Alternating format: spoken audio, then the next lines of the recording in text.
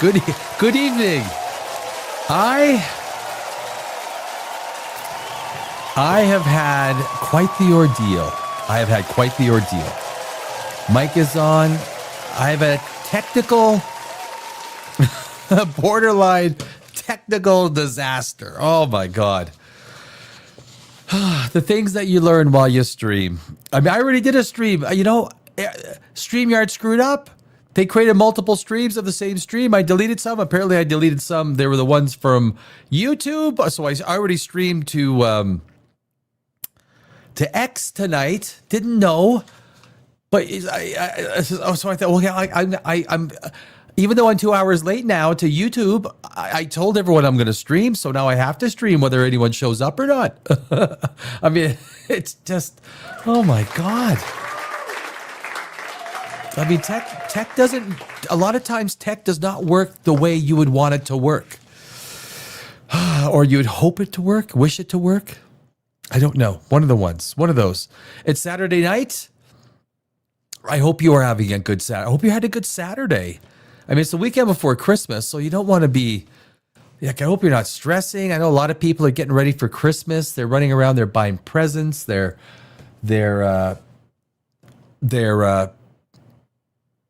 getting ready for Christmas, I guess, right? I'll make sure I got the comments on. I don't get the comments going. Oh, so much to do. Such little time.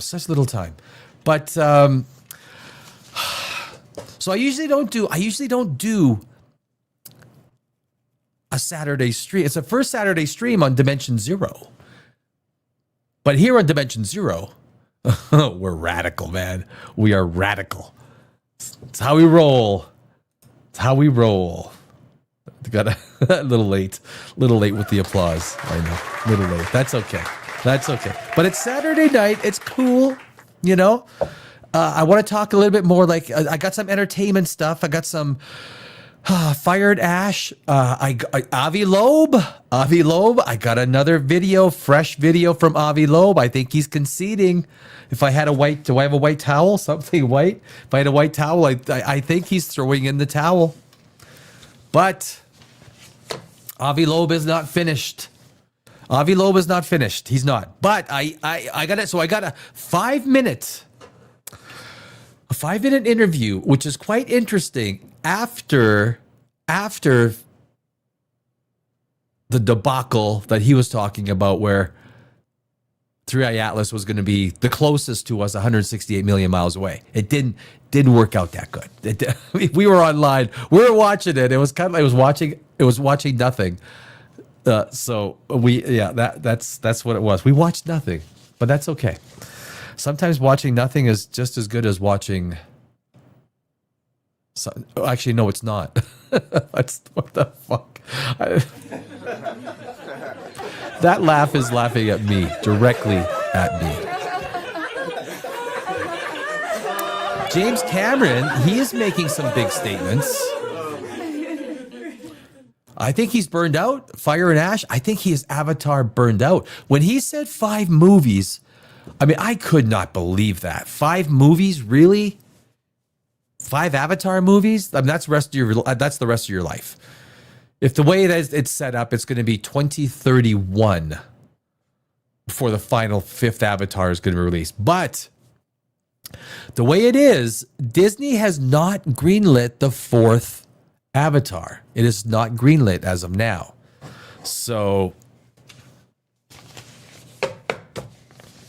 and from what I got, I got the interview. It's kind of an extensive interview, but we'll go to the meat and potatoes. James Cameron is talking about.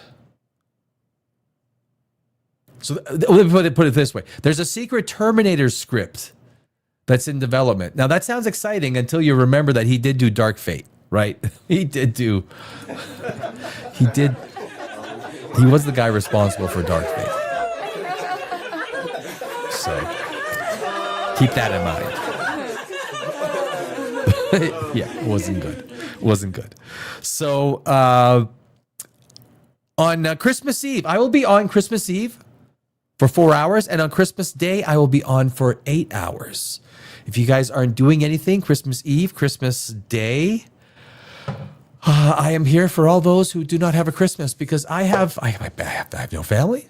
I don't have kids, don't have a wife, girlfriend, anything. So I will stream. We will learn about the historical Jesus. We will learn about, we will learn, and we'll have some fun.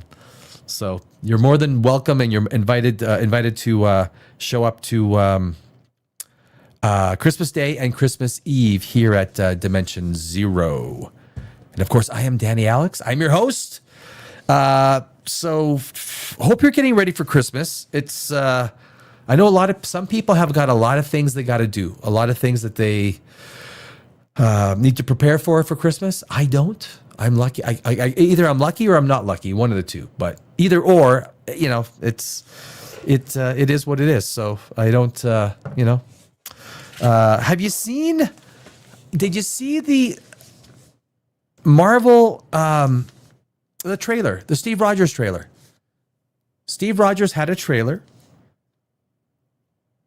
Some people have got a bunch of fan theories exactly what Steve Rogers is, because they don't mention Captain America. There's no mention of Captain America whatsoever.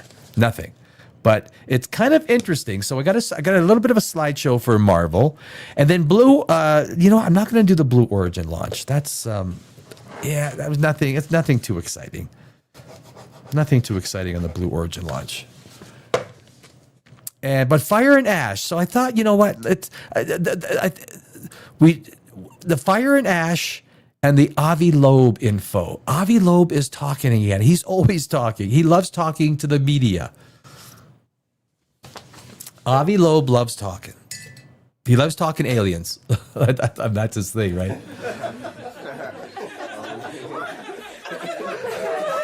Aliens is his thing.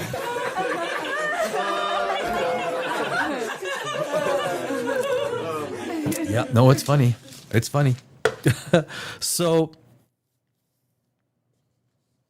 before we get to Fire and Ash, you know what? Let's do Avi Loeb first, and then because there's some, like I say, it sounds like James Cameron is feeling finished with Avatar. He has been how many years doing one movie? That has got to drain you. It has got to be absolutely draining. I couldn't imagine. I spent 20 years in Hollywood. I'm a screenwriter. With one movie, and he's a fine details guy. It's exhausting. So there may not be an Avatar 4.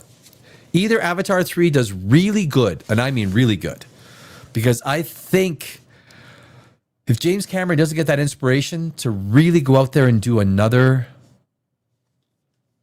a fourth Avatar, he's not going to do it. And we've got the interview. We got some Fire and Ash numbers, and a little bit more info on Avatar 4. But I want to get into, well, you know what? So, so for Marvel, let's do that. I'm going to do the Marvel thing. So there's the trailer was released, and so tonight, Saturday night, I wanted to do a little bit more entertainment based stuff. Let's just keep it a little bit of science, a little bit of science fiction, entertainment. Keep it chill, keep it cool. One of the things was with the Doomsday trailer, the Steve Rogers trailer, which was it wasn't really inspiring. Like, it wasn't really a whole lot going on. It's kind of boring. But it did say a few things.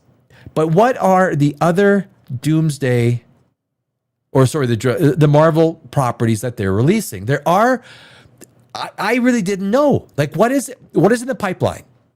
And so I thought this might be an interesting thing for a Saturday night little, we're sitting back, we're relaxing. What is on the slate for Marvel? And a lot of people, I talked to a couple of my friends, no one really knows what is on the slate for Marvel. But I do know, because I did. Oh, let me just get rid of this, get rid of that. Go to there, do this, do that, yada, yada, yada. There we go. That's going to work just fine. So, upcoming Marvel movies and TV shows. So I thought this was, there's like 17 of them, including Doomsday. So I thought this would be kind of an interesting exercise. and going out there and because no one really knows. Upcoming Marvel movies and TV shows, not all are confirmed. Marvel's future looks packed on paper, but the reality is far messier than the schedule suggests. With delays, quiet reshuffles, and projects drifting in and out of development, the real question isn't what Marvel has announced, it's what actually survives the release. Actually, it survives whatever's greenlit. Because it's really... But number one, Wonder Man. I don't know if that deserves any applause. I don't know what to expect from this. It's a Disney Plus series that in itself doesn't bode very well. January 27th, 2026, a meta comedy starring Ilaha Abdul Martin II as a struggling actor who gains ionic powers. That's January.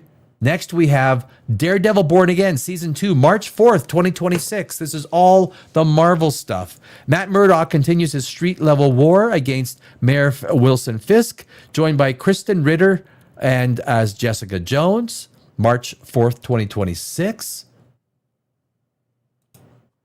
Next, we have the Punisher special. And I think they're doing this to kind of get prepped up for Spider-Man. A standalone special starring John Bernthal, co-written by director Reynaldo Marcus Green, early 2026.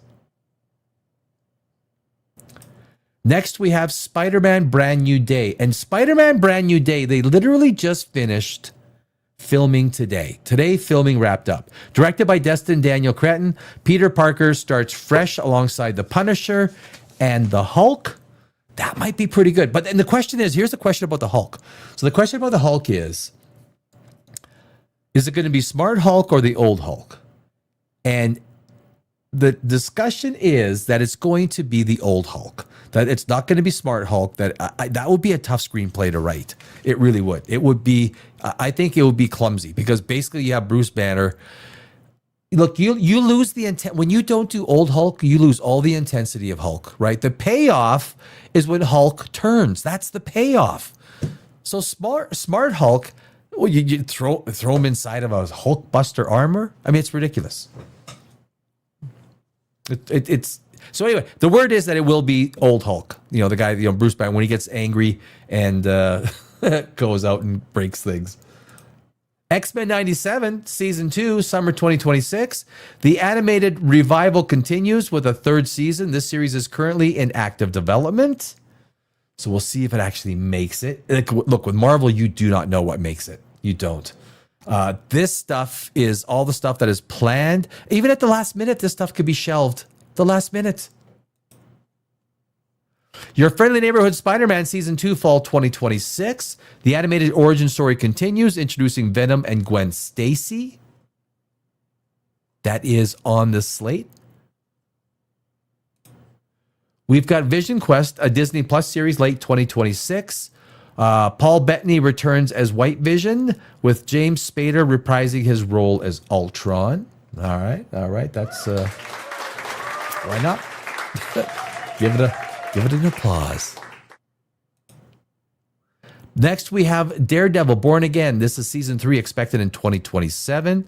Confirmed for development following the creative overhaul of the series. Now, Season 2 is that's going to be launched here in just a few weeks.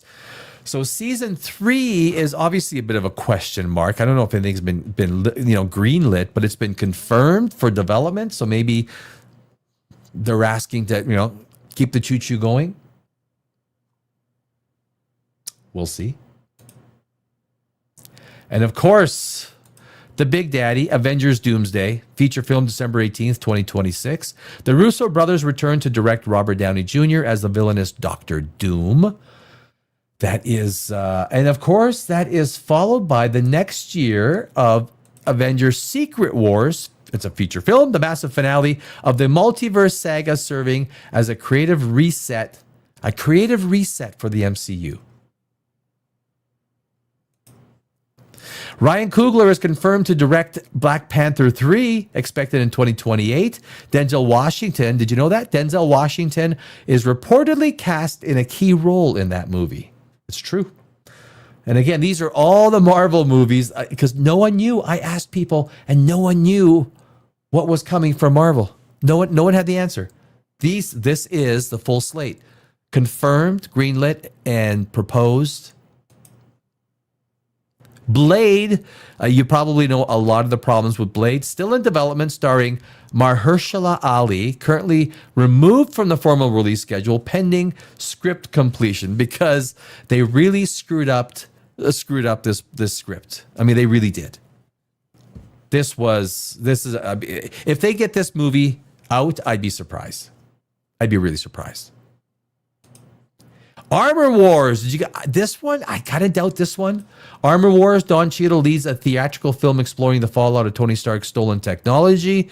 I just do not think that Don Cheadle has the leading manpower to unless he's got a really good supporting cast. I'm not. Eesh. It's to be announced though. It's not. It's like it's not confirmed. It's not greenlit. So this is just the stuff that's out there for Marvel. Untitled X-Men reboot, a live-action MCU debut for the Mutants, written by Michael Leslie. Details are to be announced, but I think this one will probably go through.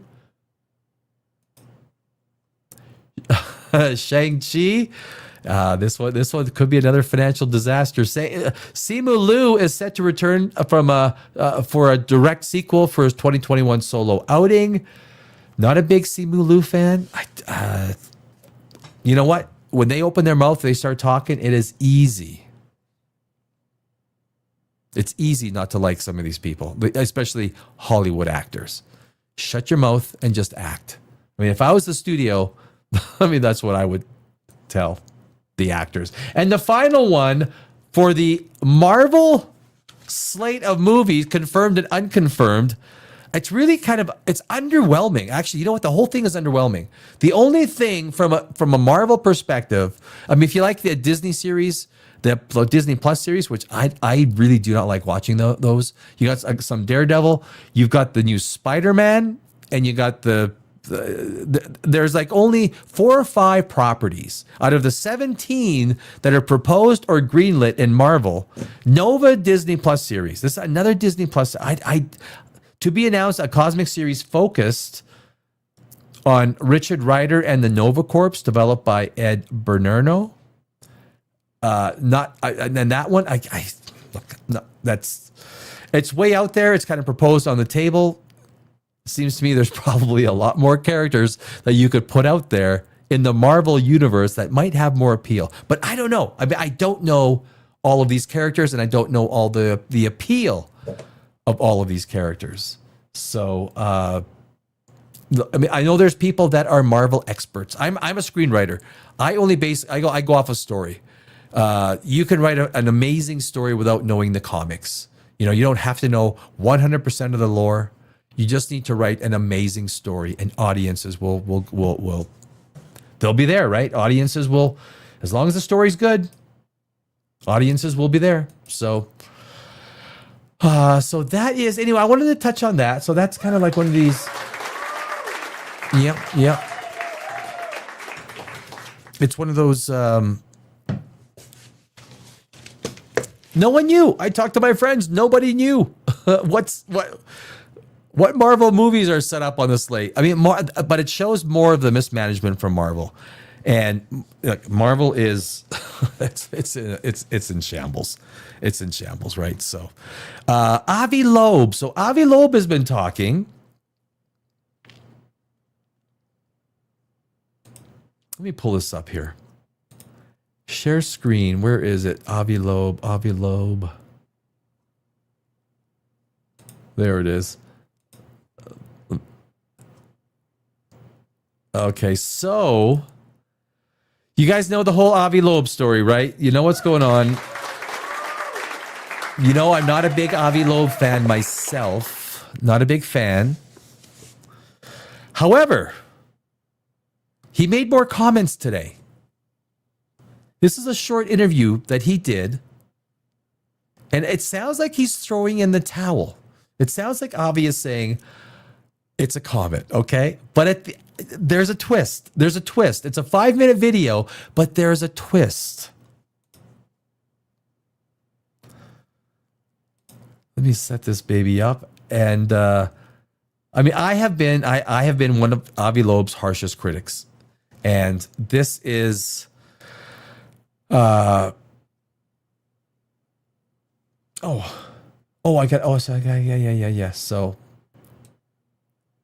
let me just fix this here. Get rid of Steve Perry. So this is comments that he made today. The epic saga of the interstellar comet known as 3I Atlas is nearing its end, but not before it goes out without a metaphorical bang. The comet just made its closest pass by Earth overnight, coming within 167 million miles of us. That close. That journey should give us some of the best images yet of the interstellar object. 3I Atlas will be visible for the next few months before it leaves our solar system forever. Our next guest has gone viral several times for his hypothesis that the comet could actually be an alien spacecraft with, quote, hostile intentions. The majority of the... Hostile intentions. He said that a few times. Hostile intentions. Scientific community agrees it's just a comet. But has Avi Loeb been convinced? Harvard professor Avi Loeb joins us now. So, Avi, do you think it's a comet or do you think it's a spaceship? Well, so far so good. 3I Atlas did not maneuver or display any unusual activity when it came closest to Earth. Well, at least he's admitting that, right? At least he's like finally kind of coming to this idea that there might be nothing crazy going on at 3I Atlas. There might be nothing crazy. It might be a comet. Some Earthlings might find it insulting, Earthlings. But the truth of the matter is that Earthlings. With its initial speed, it must have taken it a billion years or many billions of years to... Actually, they think that 3I Atlas might have been traveling the galaxy for up to 7 billion years, which probably means, unless the star is a red dwarf, it probably means that most likely, although I think most of the stars out there are red dwarfs, but if it's been traveling for 7 billion years and it's a main sequence star, it's probably a white dwarf. Like it's done, right? It might be coming. 3I Atlas might be coming from a solar system that doesn't even exist anymore. Across the Milky Way galaxy. And so when it started its journey, there were no humans on Earth, and Jupiter must have been the center of attention in the solar system. We arrived late to the party, only over the past 10th of a percent of the Milky Way history. And I would disagree with that. He says that we arrived late to the party. Who's to say? You can just think that. What if we are early to the party? What if 2, 3, 4, 5 billion years from now, 10 billion years from now, maybe we're early. Maybe 10 billion years from now, there is an absolute explosion of life in our galaxy. And we are early to the party. Perhaps we just formed too fast, and that the real crescendo of life in our galaxy might be billions of years from now. That could be the case. It could be as new stars form, and there could be like a whole development cycle and everything like this. We might be early to the party. There's no reason, there's no evidence to suggest we're late to the party. I mean, theoretically speaking, the universe is only 13.8 billion years old. That's not very long, considered that at least our part of the universe is going to last trillions upon trillions upon trillions of years. Given that, we should not be surprised that interstellar visitors did not plan to dance with us. Now, with respect to the nature of this object, there is still unsolved mysteries, because we see a jet coming from the object in all the recent images, stretched out to about 1 million kilometers in the direction of the sun. And that was never seen for comets from the solar system. What does that tell you? Well, we don't know, because we don't understand it. So you're saying it's doing unusual stuff, but you think it's just a comet? I think Avi's like, I mean, look at the face, right? Look at his face. He's kind of going, like he knows it's a comet. He got the Netflix deal and he's happy. He's got the money. He's got the check. He's got the Netflix bucks. He's got Netflix bucks. But when it comes right down to it, he knows what he's peddling. He's a astronomic snake oil salesman. But this is like the first real acknowledgement that it might be just a comet. Yeah, I mean, at this point, given all the data Pamela, we have, I would agree that it's most likely natural, but there are still a lot of things we don't understand about it, and it didn't look like... Look, there's lots of things we don't understand about a lot of things. A lot of things. We don't... Well, it must be an alien.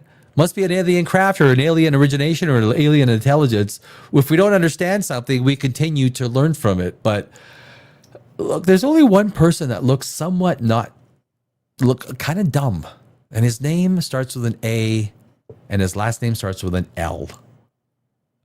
So I say Chosen asked me, what would you have named Earth if you were the first person to come up with the words words?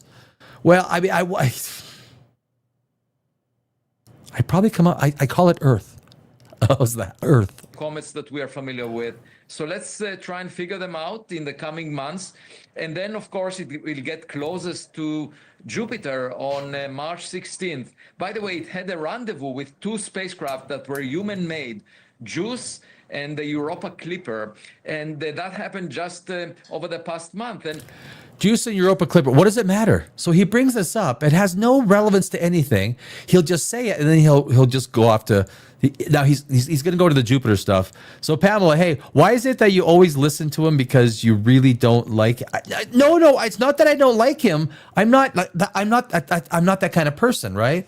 It's not that I don't like him. I actually think he's probably a nice guy. He's not a dumb guy. I think he's using this for some mileage in his own personal life. And why I put him up is because all of YouTube is filled with clickbait, 3i Atlas garbage. I am a science guy. I like 1 + 1 = 2. I don't believe in that aliens are visiting us.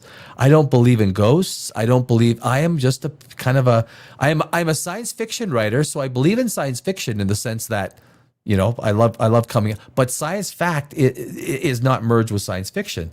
So I have to play Avi Loeb so that at least I am one of the few voices out there calling out his BS, right? Someone's got to say, Avi, it's a fucking comet, right? Someone has to. If you go through and you see all of the videos that talk about, it's an alien ship, spaceship, this and that. They're all eating crow right now. They're all eating crow or squirrel poop or whatever they're eating. They've all this BS around 3i. We should have just, Pamela, we should have just enjoyed the fact that an alien comet, billions of years old, has come into our solar system. That in itself is amazing, right? It is amazing. And that is my problem with Avi Loeb. Avi Loeb is an opportunist. He is the only astrophysicist, I think he's an astrophysicist, that is taking pure, and he got the Netflix deal, right? He got the Netflix deal. Way to go, Avi. It will arrive in March 2026. To Jupiter, whereas these spacecraft will arrive in 2030 and 2031, just to show you how much faster it is. Which means that I would love to actually hitchhike and go on a ride with this very fast interstellar visitor, because it will exit the solar system well before Voyager, that we launched in the 70s. So you have a few more months when we can get some good images of this thing. You now say it is a comet, but you also point out it's done a lot of very unusual things. Every comet exhibits unusual things. There's no two comets that are the same. Yesterday, I did the whole anti-tail thing, showing how many comets actually exhibit an anti-tail and why it happens. Heavier particles that come off of the comet, because the solar wind is what creates the drag, so to speak, right? The comet tail. But you have some of these particles that are heavier particles, larger particles that do not react like the smaller particles. And then when the Earth's in the right place and the light's hitting it, you create these anti-tails. And there's nothing amazing about it. Hale-Bopp had an anti-tail. Dozens of comets have had anti-tails. But he just takes all of these little things and converts it into, or I guess it should be this. It could be an alien. And he got a great Netflix deal, because I didn't get a Netflix deal. Nope, I didn't get one. Raise the question: where did it come from? Is it made of a different kind of substance? I mean, what are the still unresolved questions in your mind? The main unresolved question is, why does it have this jet pointed at the sun that it also rotates? Here he's talking about the anti-tail. It's like saying there's exhaust coming out of your car. Okay, so I mean, what? Well, it might be alien because there's exhaust coming out of your car. There's nothing amazing about what he's talking about. Nothing. But to the average normie who doesn't know this stuff, it probably sounds pretty amazing. With the rotation axis in the direction of you got the a sun Netflix account. Me too. That's also very Me too, Pamela. unusual. And it came in the plane of the planets around the sun again. I got one. Fact. I would suggest monitoring it as it comes close to Jupiter. It arrives just at the distance where Jupiter's gravity dominates over the sun's gravity. You know, if we don't see it doing anything unusual, then I would conclude that it must be natural. But let's see. He's March 16th. So this is exactly what I said 2 nights ago when we were watching, to see 168 million miles, basically 2 Earth lengths away. That's where 3i Atlas got. So basically, Avi Loeb is kind of throwing in the towel. He's saying, yes, it's probably a comet. First time I've heard him say that. First time. Then this interview was done just maybe 20 hours ago. And he's going to play this up till Jupiter, because at the point of Jupiter is where he's going to say that things might come out of the comet. There might be airplanes or Cylons that come out of the planet. This is what he does. He is a sensationalist that creates basically opportunity for himself. Well, he got a Netflix deal. Let's keep an eye on it. Wishy-washy. All right, still holding out hope, as well as your metaphorical Yep. finger out to hitchhike with the very fast. Very wishy-washy. Avi Loeb, always great to have you on the show. Happy holidays. There you have you. Happy holidays. Thanks for Look, he looks like a happy guy. Thank you. Oh, Cuomo. We don't need Cuomo. We don't need Cuomo. But look, he looks like a happy guy, right? I mean, pause it with a better face. Oh, shoot. There we go. There's a happy. That is. Where's my that that is happy. Look, I would be happy if I had a Netflix deal too. I'd be happy too. But hey, you know what? Maybe I should have been playing up the aliens a little bit more. You know, I should have been playing up the aliens just a little bit more. Why didn't I take the alien side? I could have had a Netflix deal. Netflix. So that's the latest on Avi Loeb. That is the latest interview. He's conceding a little bit to the idea that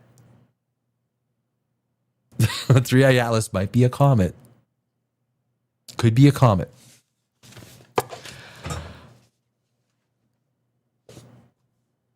It is a comet. I mean, not to. Yeah, it is a comet. Anyway, this is going till March 16th. Why is it going? Yeah. Why is it going all the way to March 16th? Because Avi Loeb, that's when 3i Atlas is going to hit Jupiter. It's going to be in our solar system till 2032. 2032. it will be with us a very long time, my friends. We are not anywhere done.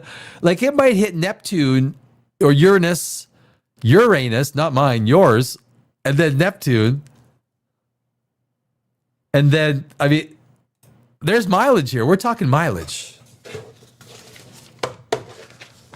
Avi loves the limelight, man. I mean, he's the only one on YouTube getting the clickbait, right? But now it's the first time he's throwing in the towel. There's another person that's throwing in the towel, guys. There is another person. Steven, Uncle Creepy, right? He's a little kind of, right? Oh, shoot. I'm not a condescending guy. I'm not. But if he showed up on my door asking to buy Girl Scout cookies, I might run. I might close the door and run. You're the alien guy. You're the alien guy. I'm out of here. Get me out of here. Yeah.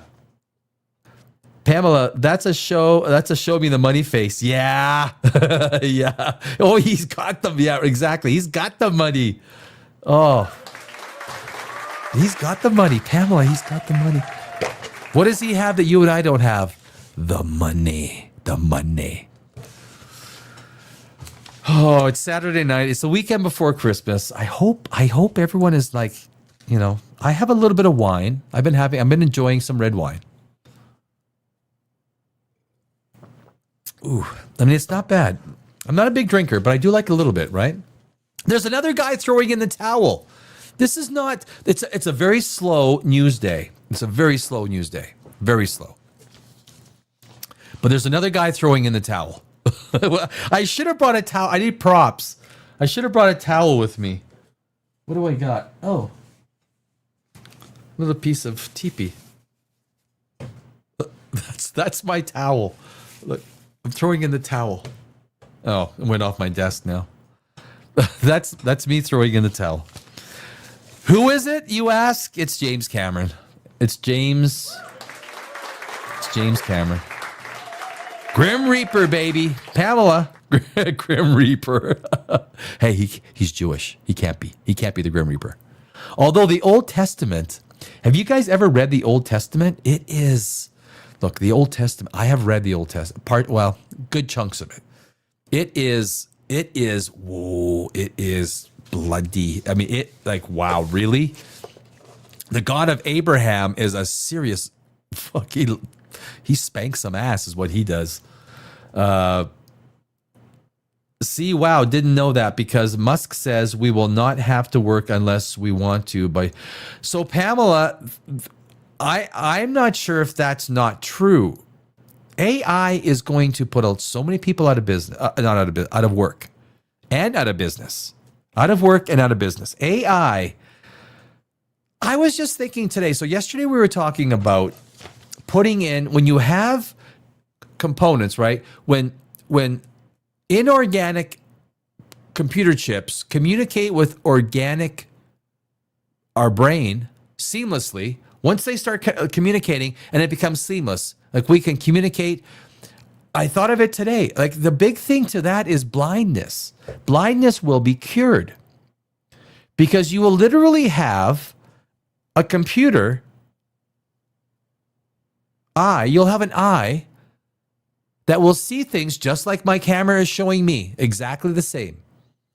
Just like your camera or anything else, that will take those images, just like you see me right now doing what I'm doing, that will be presented in the back of the brain. And this is when inorganics communicates with organics. Basically, those electrical images will go back into the brain just like organic signals do. Because if we make inorganic as seamless, the same as organic, you will cure things like blindness because it will be, you can create modular eyes that are kind of like computer cams, like small cams. I believe blindness might be cured. I think within the next 10 years, it could be. Like, this is serious. Not only blindness, but things like people who are quadriplegic, paraplegics. These things can be cured. People who want to live in an alternate reality more than they want to live in reality. So if you want to go and connect your brain and you want to spend 20, you want to spend most of the weeks in alternate reality because you can make up your own life, and you pay people to take care of your body while you're in alternate reality, because we've created the seamless exchange of information between organic and inorganic electric signals. And this is what part of what Elon Musk is doing, right? Neuralink. We're on the cusp of changing things in a way in our society that we have never. The internet will look like small beans compared to this. Small beans. We will be able to cure blindness, even deafness, even easier, right? Because you're dealing with auditory signals, right? You're dealing with wavelengths. So you can then reposition, you can put literally little connectors that connect into the brain. Inorganics are communicating with organics seamlessly. And you will have, and you put little speakers there, and those are converted into organic signals that go to the brain, translated, and you hear. You will have everything from that perspective cured. Blindness will be a thing of the past. Unless that part of the brain that converts those signals into images is damaged, which maybe there's other parts of the brain that can be used to convert those signals, right? There very well could be. I don't know. I'm not a brain surgeon. I don't know much about the brain. I have one and I use one. It's funny, right? We all have brains. We use it, but we know nothing about them, except for brain surgeons impress me. Brain surgeons are absolutely mind-boggling to me. The fact that a human being can cut a hole in someone's head, go in there and perform surgery, these people are absolutely amazing to me. But we will cure blindness. I believe we will cure blindness. We will cure deafness. We will cure paraplegics. But I think Pamela, I gotta read this. I'm having a beer, was watching Beowulf. I love Beowulf. I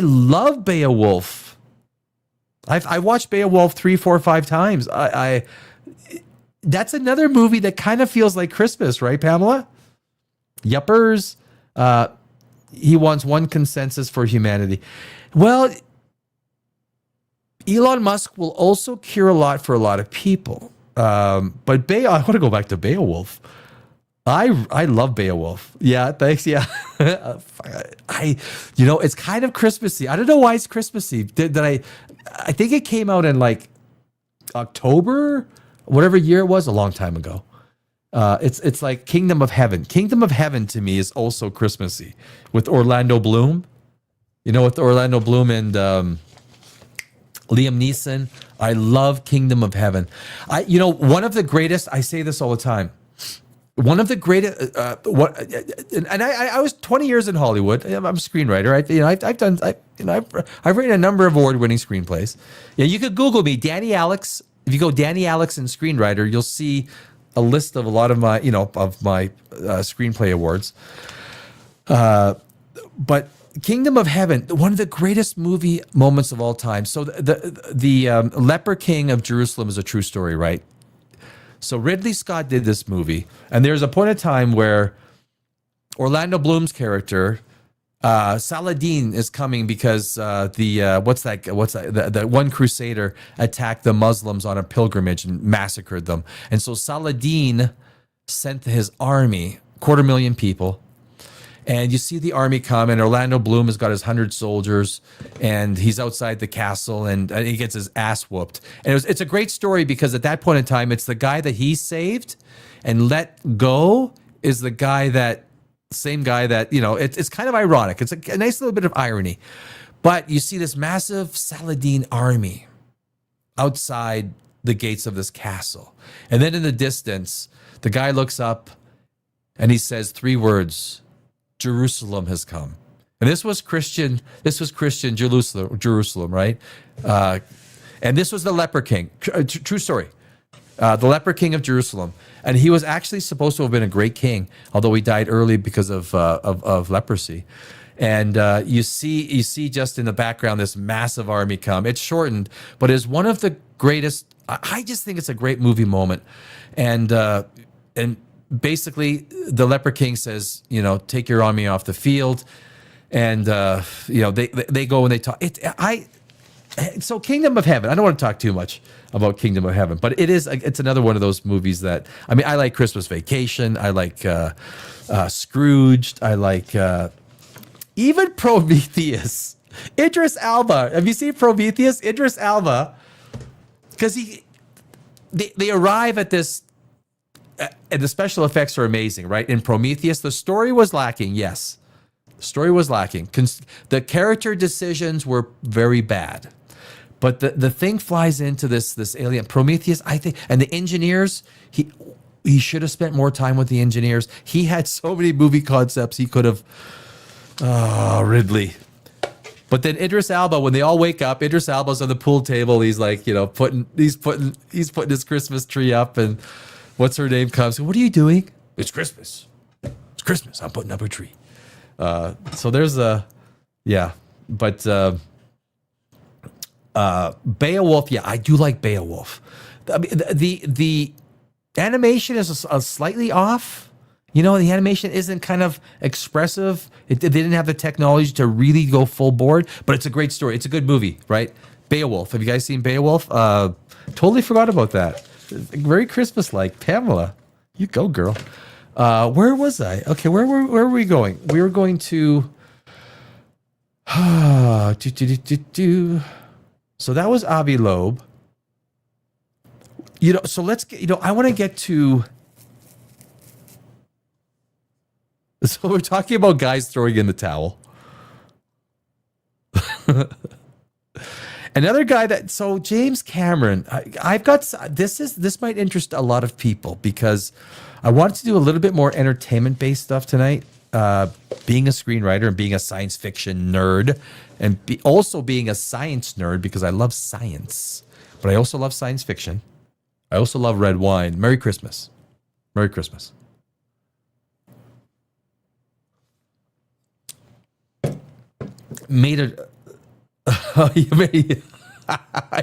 I am Beowulf. Golden is Beowulf. You seriously?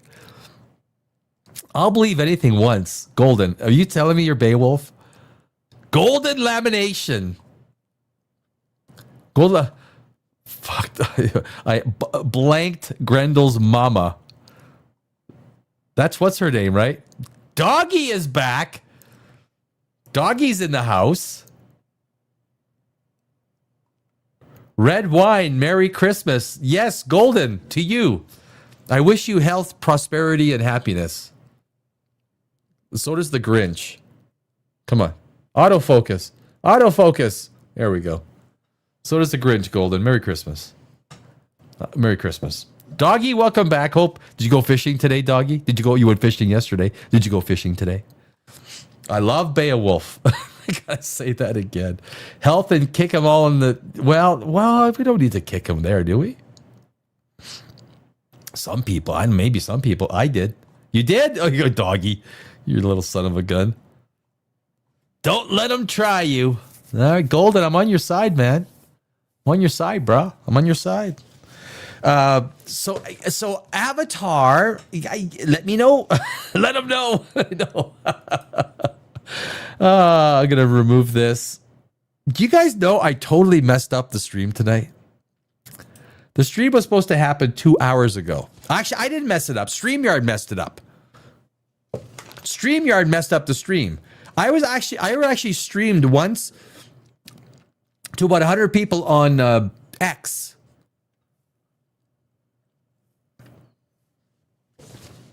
So I thought, okay, it's because StreamYard doubled it up, so I deleted the two that I thought were, the two that I deleted were the actual stream, so I didn't stream on YouTube. So I'm like, well, we'll do it again. We'll do it again. Fire and Ash. Are you guys going to see Fire and Ash? Oops. Share screen. So I want to do, you know what? Let's do the numbers. Where's the numbers? James Cameron.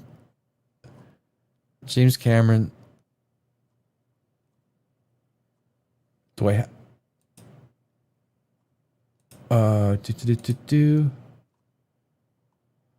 James Cameron's Avatar. Yeah, there it is. It's right there. James Cameron, Fire and Ash. Oh, right there. Of course. Duh. Number 1, right at the top. So, Fire and Ash. Can I make this bigger? You guys can see that okay, right? There we go. So, Fire and Ash. James Cameron has made a very big... Oops. I got to fix this too. James Cameron has made a very big statement this evening. A very big statement. However, first off, as of December 25th, James Cameron's Avatar, Fire and Ash, has earned, so over the weekend, let's just go right to the meat and potatoes. Worldwide total, 340 to 380. On the upside, he might be looking at 400 to 450 million. Now, those are big numbers for one weekend, but it's still less than Way of Water. International markets, 104 point. This is kind of interesting. France, 5.5 million. Germany, 4.7 million. We've got Korea, 3.5 million. China. Now, Zootopia, I think, has done over $600 million in China.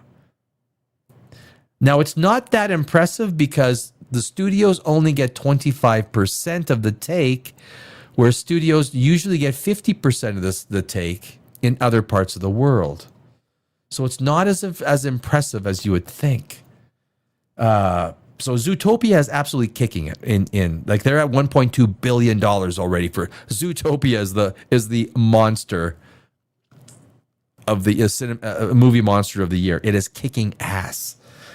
We'll see how Avatar 4 has not been greenlit. Do you guys know that Avatar 4 has still not been greenlit? Disney has said we want to wait to see what Avatar 3 does. But James Cameron, on top of that, has made some comments. He's made some comments that are now, I could not imagine, as a screenwriter working on one set of screenplays for like 15 years, which is basically what he's going to be doing if Avatar 5 is released in 2031. I think he's done. I think he's spent.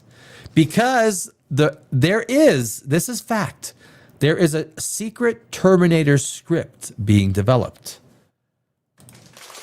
A secret Terminator script.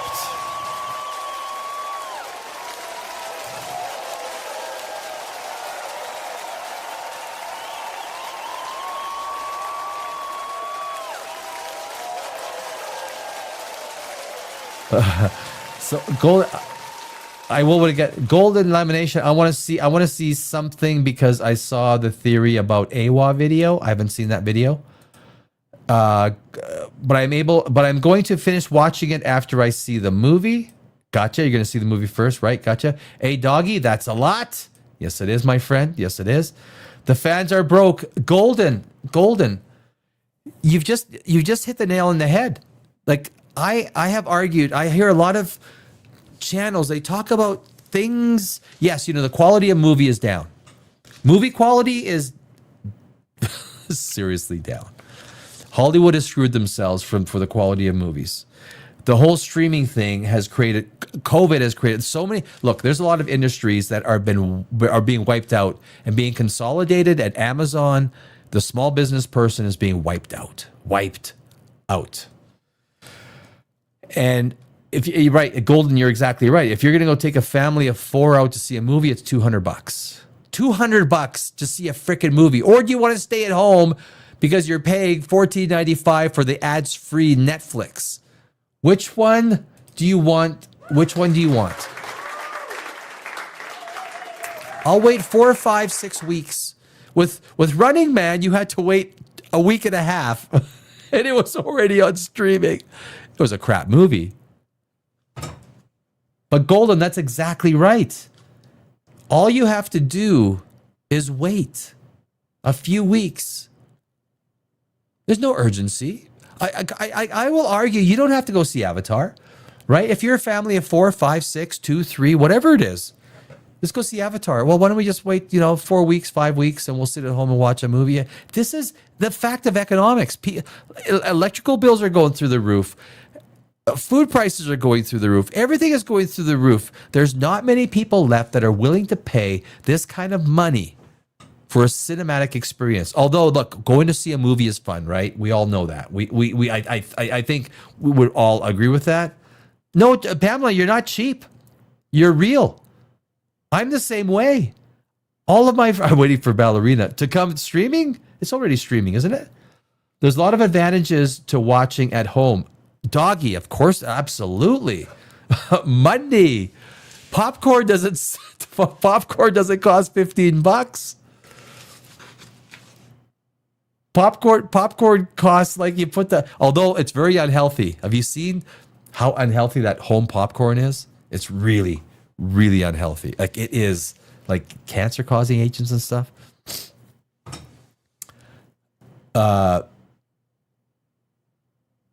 There's a lot of, but it does take away from the experience. Yeah, look, the movie experience is phenomenal, right? Unless you get a pack of teenagers in there that are yakking the whole time, and it makes it incredibly terrible. But for the most part, when I lived in Los Angeles for 20 years, I would go to see some movies, and I would go to the big theater, the 1,000 seat theater, and I got pictures on my phone of me in the theater alone. Nobody else in the theater. I'm watching a movie. And this is at the Live Center in downtown Los Angeles by the, which is now the Crypto Center. The theater's right downtown, right by the nobody. No, I'd be in the theater most of the time myself. The most packed it was when I went to go see Barbie, because I was doing a movie review, and I went to go see Barbie. And the booze is good. Well, you can have some red wine at home. You could have, cancer butter, doggy, cancer. Yeah, exactly, right? Oh, shit. Cancer butter. Yeah, oh, man. It's true. Is there the only other thing that's worthy in this article is the reported budget at over $400 million, making it one of the most expensive films ever produced. Like, look. Doomsday is probably going to cost $750 million. Doomsday, at advertising, Doomsday may have to do $2 billion to break even. The salaries are insane on Doomsday. The Russo brothers, $100 million plus back end revenue sharing. Robert Downey Jr., $100 million for the two movies, plus probably back end revenue sharing. Hemsworth, all of these. Steve Rogers is back, right? Steve Rogers is back. How much are they paying Chris Evans? I know the standard fee for these big players. I have speculated that this is the peak. This is the peak of actor salaries. I don't think that there is any way that actor salaries go higher. There's no way. There's no way actor salaries can go higher. I thought eventually there was going to be some kind of I gotta put that on screen there. I thought eventually there was going to be some kind of demand pay-per-view for movies currently in theaters for people at home. And of course, I gotta poke my head above. Amazon does that, right? So you can go to the movies or to Amazon, and you can watch Amazon and pay for the movie. Not right away, but in sometimes in like 2-3 weeks, right? It comes pretty soon. Got some boycotts. What are you boycotting, Golden? What are you boycotting? You got some boycotts? What do you mean? Amazon is so convenient, it's annoying. It is. It is. And I try and purchase locally as much as I can. I really do. I go out there, like I literally just spent $1,000 on microphones and stuff like that. I could have bought it on Amazon, but it was basically the same. But suggestions, yeah. Buy locally, like whatever you guys can. Like I know Amazon is so convenient. You put the order in, the next day it comes. You never have to leave the house. Amazon and Netflix for one. Oh yeah, yeah. I really hope. You know what I hope with Warner Brothers, because Comcast is spitting out NBC Universal. I would prefer NBC Universal and Warner to merge. That's what I would like to see. I don't want to see Paramount. The Ellisons. I don't really trust the Ellisons. I don't know. I just something not right. But the budget's reported over $400 million. Comparison is opening. Its opening is pacing lower than its predecessor, Avatar: The Way of Water, which debuted at $444 million globally. However, the franchise is known for long-term legs rather than initial opening numbers. It doesn't matter. Like that doesn't matter. As a fraction of the percentage, right? Statistically, if the opening for the first Avatar is here, the second Avatar is here, the third Avatar is here, you can statistically project that probably this third Avatar, yes, they all have legs. But unless this is all back-end loaded and people are going to watch it and go, woo, right? It's not going to be, we can go to, so Avatar 4. We can go through this. We can go through this quickly. Yes, Avatar 4 is currently in production with a scheduled theatrical release of December 21st, 2029. 2029. Ooh, Merry Christmas. It's 2025, so that's 4 years from now. The film is the fourth, yada, yada, yada, current status. Filming progress. James Cameron has already filmed the first act, roughly the first third of Avatar 4. This early filming was done to account for the real-life aging of the younger cast members before a significant narrative leap. Time jump. The movie will feature a major 6 to 8 year time skip. That's Avatar 4, if it comes out. And I've got news for you guys. I have news. James Cameron has spoken. Potential changes while planned and partially shot. Cameron has stated that the final completion of Avatar 4 and 5 is contingent on the box office success of Avatar Fire and Ash. And that's the same thing that Disney is talking about. Disney, which will probably, like I've worked on Wall Street for a few years. I am an economics guy, financial guy. I believe in the next 15 years from now, ish, Disney will be sold off. Its parts will be sold off to other companies because it is still living in a 1960s, 1970s format. Disney will not be around, and we're seeing it. It has no traction. It has declining revenues. It has destroyed two amazing franchises. Now it's getting into cruise ships. You think cruise ships are easy to manage? You literally think people want to go out to a cruise ship and see nothing but little princesses running around? This is what they don't understand. Princesses was a 1960s, 70s, and 80s phenomenon. It is not going forward. You literally are only dealing with 25% of your audience. Disney will be gone one day. It'll be a subsidiary of some other company. It will not be a standalone studio, which may not be a bad thing. I've got to give myself an applause for that. Someone's going to applaud that. I'll applaud that. So here's the thing. So let's get to the interview. This is a big interview, so I don't want to go through the whole thing because the whole thing doesn't really mean a whole lot. It's I didn't want to get. It's a pretty slow. it's a pretty slow news day. Like, it is really slow today. And like, so I always check space news, entertainment news, movie news, news. There really is not much going on. Fire and Ashes being released, but these comments made by James Cameron are very interesting. They are very interesting. James Cameron is ready to move beyond this, and the title says a lot. James Cameron is ready to move beyond Avatar. I've got other stories to tell. I mean, that tells everything. As a screenwriter myself, and I don't think this is rocket science by any stretch of the imagination, that when someone comes out and says this, they're basically foreshadowing the idea that I am tired. He has spent 15 years dealing with the details, the minutia, the screenwriting, overlooking multiple writers for because there was 5 movies that were planned. This man is tired. Do you want to die? You want to die on Avatar 5, having done nothing else? I didn't understand why they were doing 5 movies in the first place. 3 would have been perfect. A trilogy. Trilogies work okay. Ask Peter Jackson.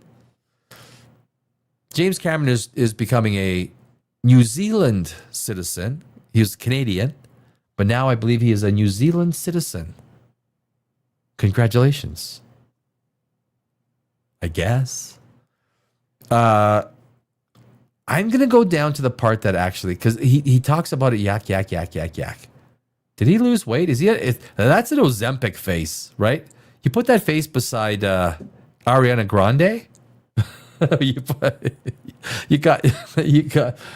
Right? I should have had an Ariana Grande face ready. Just smack a PNG. Put the PNG right beside. He's lost weight.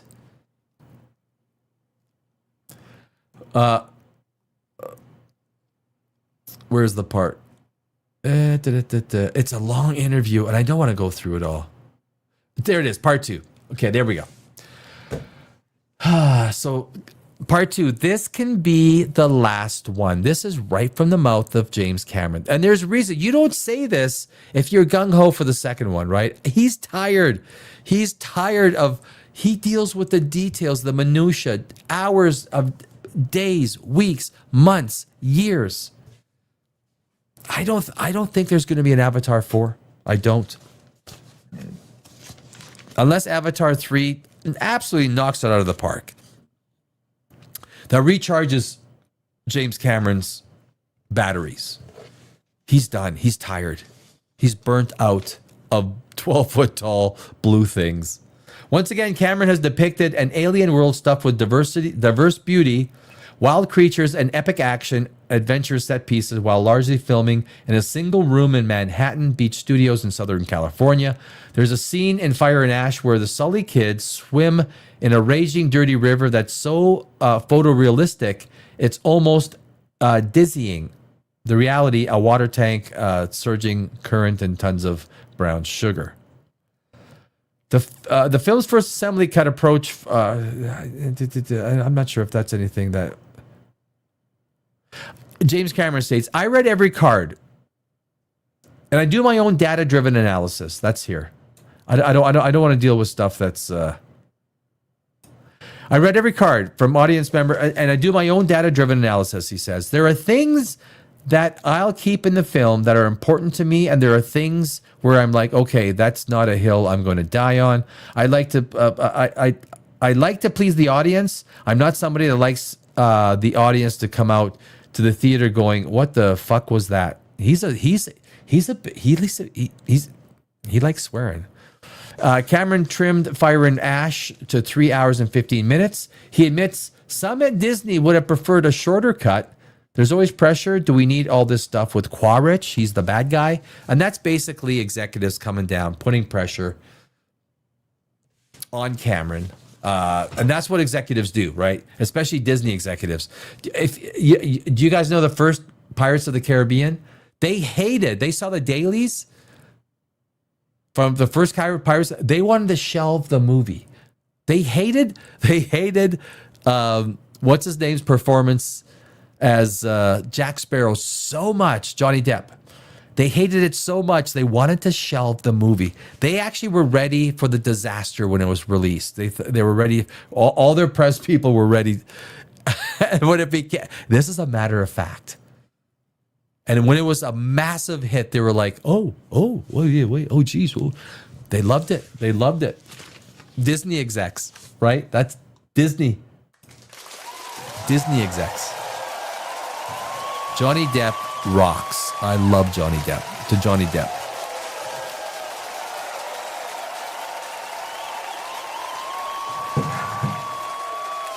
Johnny Depp rocks ass.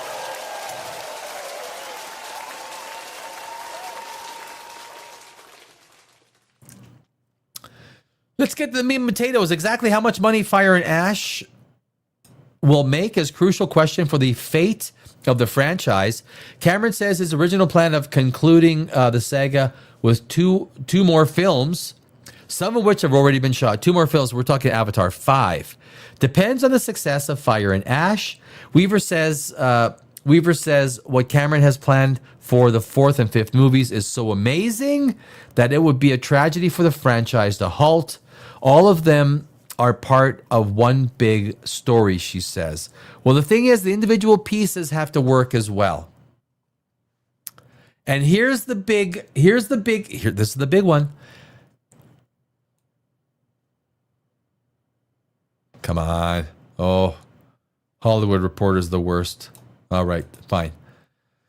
Exactly how much money, we're down here. Exactly how much money Fire and Ash will make is a crucial question for the fate of the franchise. Cameron says his original plan of concluding the saga with 2 more movies, some of which have already been shot, depends on the success of Fire and Ash. Oh, so we were... oh, sorry. Okay. Adds Cameron, this can be the last one. This can be Fire and Ash. This is, I believe this is James, unless this thing does $3 billion. This is James Cameron with the towel, and he's throwing it. Like I think he's so burnt out. He has Avatar done. He has 12-foot blue people over. I never understood why you would want to do 4 frickin' 3-hour movies. Dude, that is not storytelling. That is taking it on too long. As a screenwriter, I would never do that. Like, even as a screenwriter, if James Cameron said, let's do 5, dude, let's do 3 movies and make 3 fucking kick-ass movies. But he's basically spread 3 movies into 5 already. So we're not going to have a conclusion, but this might be the white towel. I'm done. He is depleted when it comes to the Avatar series. Way too ambitious. This might be there's only one unanswered question in the story. We may find that the release of Avatar 3 proves how diminished the cinematic experience in these days, or we may find it proves the case that it's as strong as it ever was. The cinematic experience has collapsed. It's collapsed. It's a toying cost right now. We won't know until the middle of January, and that's true. That's when the full numbers come out. It's going to be the week over week percentage drops. So you're going to see on the Friday, Saturday, Sunday, what percentage has it dropped from the week previous. That's going to be the key thing. I asked something that might sound odd. What do you want to happen? But Cameron gets the implication. That's an interesting question. He says, I feel I'm at a bit of a crossroads. Do I want to be a wild success, which almost compels me to continue and to make 2 more Avatar movies, or do I want it to fail? This is serious stuff inside his mind, right? He is literally saying, do I want it to fail and move on, or do I want to be successful and keep going? And he ends with the negative. When you end with the negative, or do I want it to fail just enough that I can justify doing something else? That's big. Down here, I'm feeling fulfilled as an artist, and when those critical fans become filmmakers, they can make those type of decisions for themselves. Of course, he's talking about critical analysis from the fans, or just stay just stay the fuck out of it. Yeah, like when you're a filmmaker and you have fans that are trying to tell you what to do, I get it. Cameron says, it's my decision, not yours. It's like saying, gee, I wish she wasn't married to the same guy for so long. It's none of your business. A little bit of an artistic shot of Senior James Cameron. That said, for the first time in years, Cameron is ready to move on beyond Avatar. I've got other stories to tell, and I've got other stories to tell within Avatar, he says. What won't happen is I won't go down the rabbit hole of exclusively making only Avatar for multiple years. But you were the one that said 5 movies. Why would you say 5 movies? When I heard that, I was like, dude, that is insane. I'm going to figure out another way that involves more collaboration. He wants to step away. I'm not saying I'm going to step away.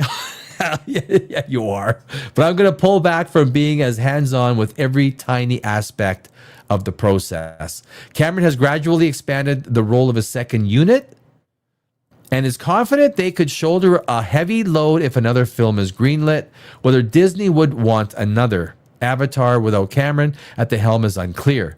So is whether Cameron would allow himself to relinquish so much control of his franchise day-to-day filming. The meticulous director treasures his Avatar playground. I hear a lot that James Cameron wants out. That's what I hear. He is burnt out. He is done. He wants to get away from Avatar. And then he wants to be the producer, just like Ridley Scott.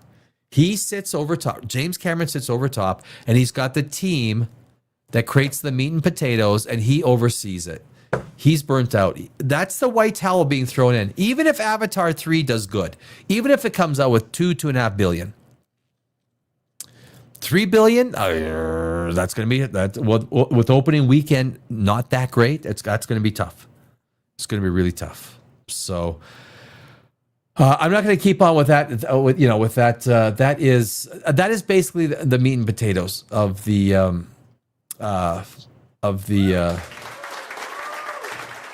yeah. That's what I wanted to get out of that piece. I think if he would have kept it to 3 movies, he would have kept the energy, he would have kept the intensity, he would have kept the passion. But when you're just only doing the 3rd movie and you're realizing you've got 2 more to do till 2031. Till 2031, you've got filming to do. But if they greenlight it, if Disney greenlights Avatar 4, like they're going to read the same thing we just read, right? Disney's going to read the same thing. They might say, okay, well, he doesn't really want to. Do we want to take that risk?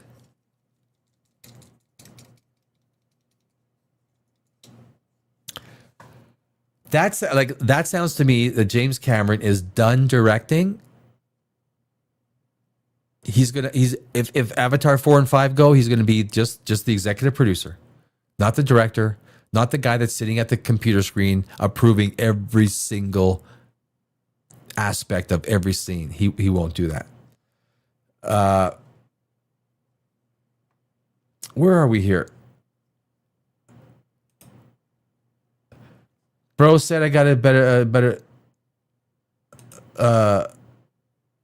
Maybe it's time for a change. Bro said, yeah. Bro said, yeah. He said he's got better things to do. That exactly what he said. Yeah. Maybe it's time for a change. James Cameron is ready for a change. When you hear that interview, James Cameron is saying, "I am burnt out. I am done. I'm like this is." What's the best quadrilogy? I've never had that question. I don't know. What is the best quadrilogy? That's a great question, doggy. She's weird. Who's weird? By 0. By 0. By 2. Was that based on something else we were talking about at the time? Who's she? What are you guys I don't even know what you guys are talking about. Do not blame him. Yeah, do not blame. James Cameron is spent. He is a tired director. When he got this movie finished, he probably sat back and said, "Thank God. I mean, he literally, I don't even believe in God. I'm an agnostic. But he probably said, just out of, and he's probably went to sleep and he slept well. That's it. I'm done. I'm done with Avatar 3. And now he's looking at Avatar 4 and he's saying, we've only filmed a third of it.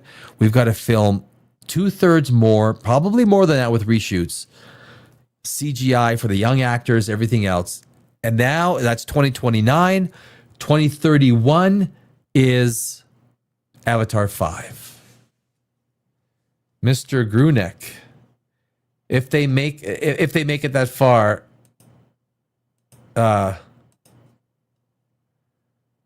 they hardly stop at 4 movies. Well, yeah. I think, look, that interview is James Cameron throwing in the towel. He is spent. He is spent. He is 12-foot tall blue people out. I'm done. Mr. Grunek. Oh my God! Like what happened? What happened? What happened? Is there something I can help with? A doggy. Matrix had 4. Matrix did have 4, but there's only one good movie in that, wasn't there? I mean, the first Matrix was a masterpiece, and then they did 4. John Wick. John Wick had 5. No, 4. Wait a second. I think I just confused myself. Nothing compares to the first John Wick. Yes. Nothing compares to the first John Wick, guys, is a masterpiece. The first 5 minutes of John Wick, as a screenwriter, I always point to the first 5 minutes of John Wick. When you start a movie off with the ending, it's powerful, but you got to do it right, right? So we see the truck, it crashes, and we see John Wick get out. He's bleeding, and and that's where literally we start to understand who his wife is. American Pie, pull up a top 10. But we see in John Wick a character who at the end goes through the beginning. No words are spoken except those that are recorded by characters in a previous time. The first 5 minutes, it is all show, no tell. It is all show, no tell. It is movie making at its best. The first John Wick. And then we don't even know who this John Wick guy is. He gets beaten up. He gets his dog killed. He gets this and that. He goes and goes to this car guy. It's like, you know who it is? It's Yusef. We still don't know who this guy is until we get the Baba Yaga scene. At the Baba Yaga scene, Toy Story, doggy. Fuck, you're kicking my ass, doggy. But then we have the sledgehammer, right? And then he gives the Baba Yaga, he's the one you sent to kill the fucking boogeyman. And then with the hammer, that hammer represents intensity, destruction, violence. So when he's talking, that's why it impresses on us so much. He's talking to Yosef about who this John Wick guy is. John Wick is breaking concrete with a sledgehammer. Why does it impact us so much? Because it's allegory. It is simile. It's metaphor. It reminds us. It shows us. It tells us. After everything we learned about this character, now we appreciate him, and it becomes amazing cinema. That's John Wick. John Wick is great. Doggy, it is. Yeah, I cheated and looked at a list. Yeah, I thought you did. You Googled it, you motherfucker. That's cool. That's cool. That's cool. Doggy, it doesn't matter how big the channel gets, you will always be front of the line. You're like the first dude. You're like the first dude of the I mean, there's a few people that are starting to hang out. This is a very young broadcast. Anyone that's here, I just started the live broadcast not too long ago. And there's a few peeps that have been hanging out, showing up, doing comments, and because this is science, this is science fiction, this is real world stuff. And thank you, Doggy. I appreciate the interaction and the companionship, or I guess it's both, right? So you'll always be front of the line. So I thank you. It really is. It is a pleasure.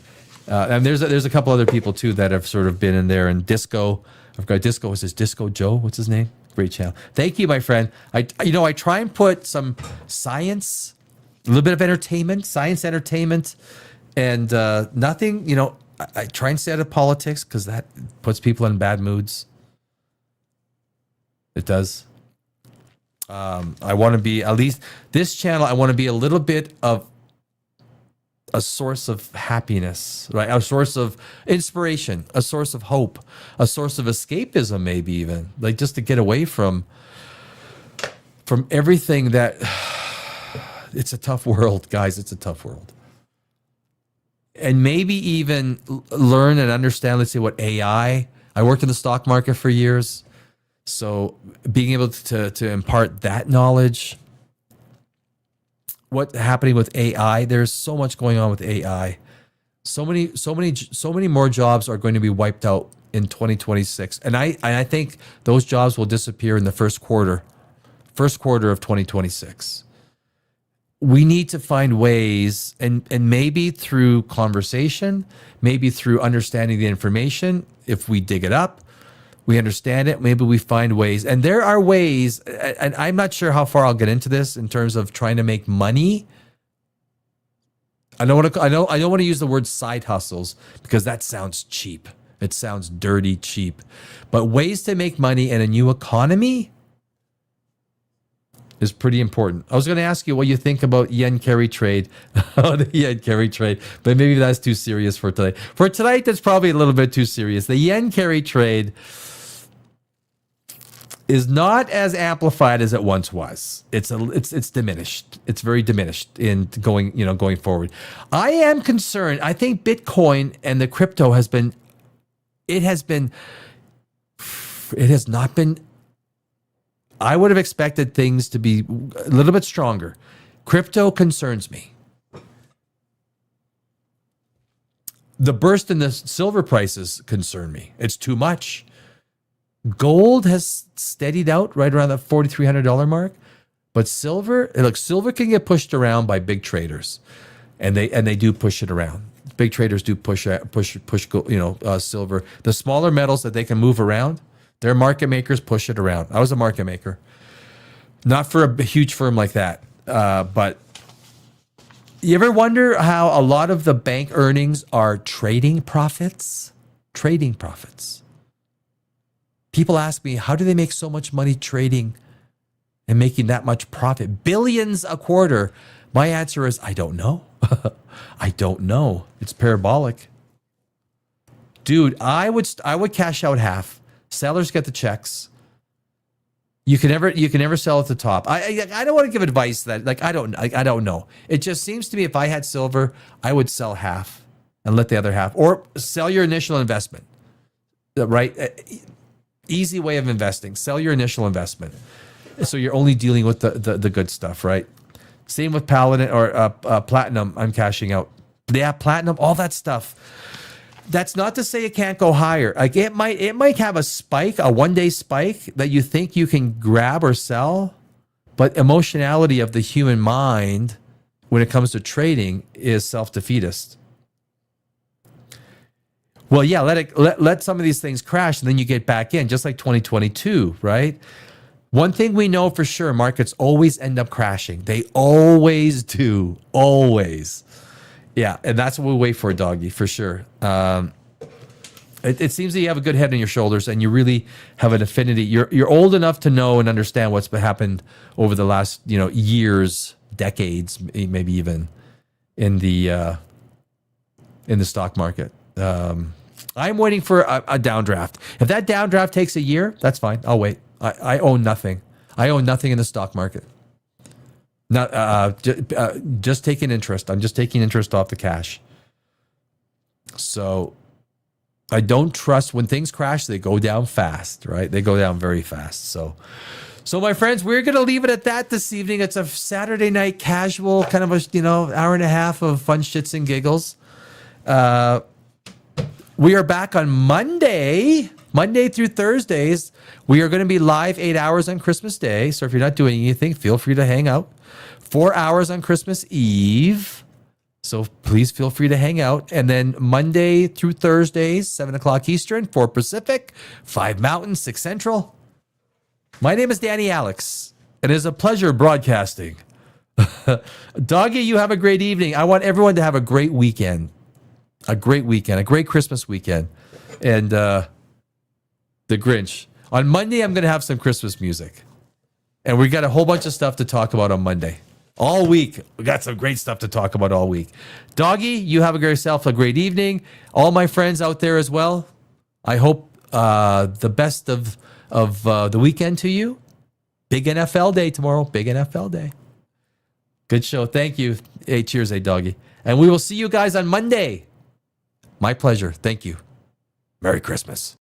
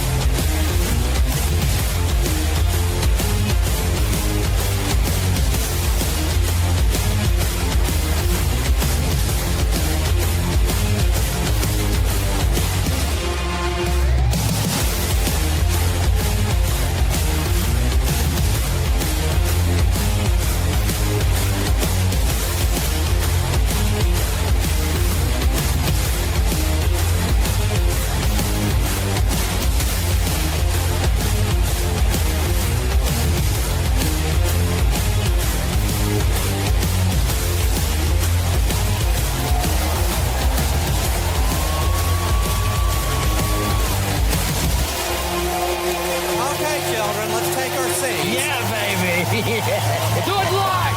Get